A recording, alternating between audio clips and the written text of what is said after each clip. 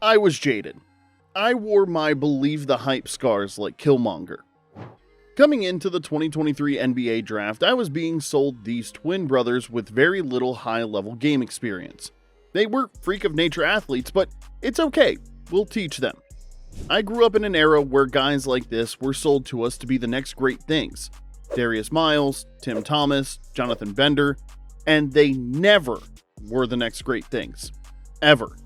So yeah, I had my doubts. But then last season's playoffs happened, and the Twins took giant steps towards leapfrogging all the hyped-up freak athletes before them. Asar is climbing, but he's a notch below his brother Amin.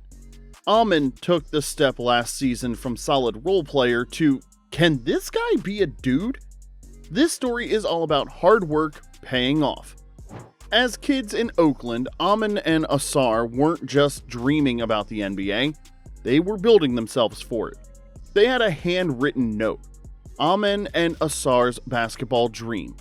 On it, they wrote out a daily checklist of workouts and discipline goals.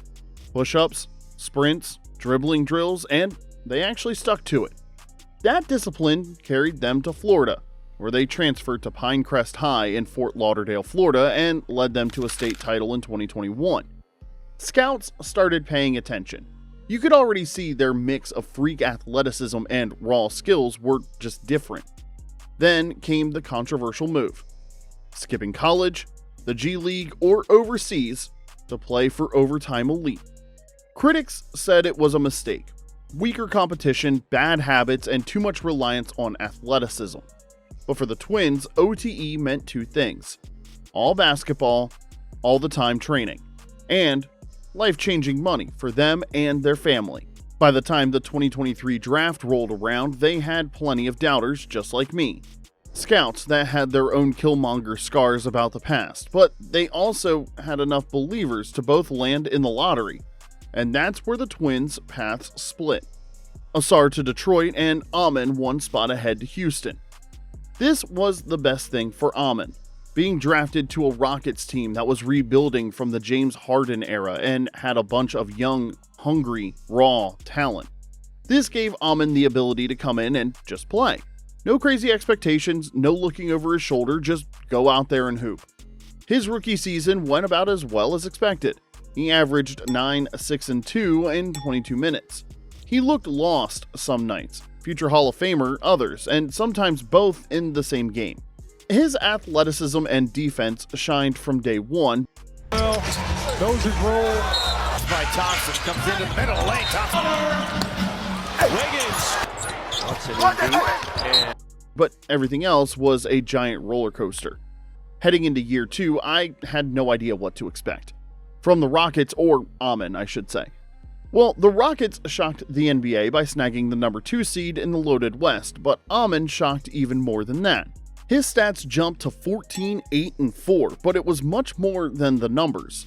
The flashes were still there from year 1, but the lows on the roller coasters, well, they were getting less and less, and towards the end of the season, they were almost gone. A game on January 27th in Boston, he had 33 points, 10 rebounds, and 4 assists, while shooting 13 for 19 from the field. Type of shots. Now 4.3 to go. Thompson on Brown, into the lane, got the shot. Oh! 0.7 to go. Thompson gives the Rockets the lead. Are you kidding me? Richard! Oh, the Rockets win the game. That's special stuff. The part that got guys like me most excited is he wasn't doing this on a garbage team and tanking for Cooper Flagg. He was doing it on a team on their way to winning 52 games and the number 2 seed out west, proving what we all thought. This dude is a winner. Then, the playoffs.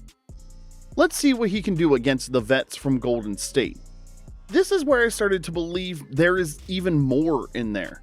The ability to hire the right person as Amen Thompson strips Steph once again. The sledgehammer. Now, my mom loves Steph Curry and the Warriors, so we watched every minute of all 7 games. I told her Amon is great, but he has zero clue of how to play basketball yet. Then, as this series progressed, the Rockets winning games 5 and 6, he wasn't just surviving, he was driving possessions against a championship level team. Nearly 30 feet, Thompson behind the back, Thompson, wow! What a finish! Oh! I left that series happy that the Warriors won, but super impressed with how Amen is and who Amen could be. He is about as close to a perfect athlete as there could be. As quick and as fast as his body moves, in the Warriors series he showed his brain is moving just as fast. He will be an elite defender as long as he wants to be, but his offensive game was eye-opening. He can and was doing everything an offensive leader is supposed to do except one thing. He was making plays for himself and his teammates, putting pressure on Golden State with the ball in his hands and without. That one thing is glaring and will limit him, but right now his other stuff is so elite, he can get away with it. It took LeBron years to improve his shooting, and Giannis is still trying to improve. If Amen can improve his three-point shooting from 27% to 31 to 32%, and his free throws from 68 to 75% plus, watch out, because he may just become completely unstoppable. The Rockets are set to give Amen the keys and let him drive them to the playoffs, shipping out young and erratic Jalen Green and the way too overconfident Dillon Brooks for Kevin Durant is going to open it all up. Think about getting a Lambo and for 2 years you could only drive it in town. Then in year 3 you get a clear wide open highway. Durant is brought in for the playoffs for now. They have Amen for the future. It has been a long journey from dream notes with his brother to being handed the keys of a title contender in year 3. Now, if you want to see what Amen and the Rockets will be going up against in the loaded Western Conference, check out my video on 5 major questions out west heading into the 2025-2026 season. And if you like this video, make sure to click that thumbs up button and subscribe. It helps push us out to more NBA fans just like you, and it helps the channel grow. Thanks for watching, and we'll see you next time.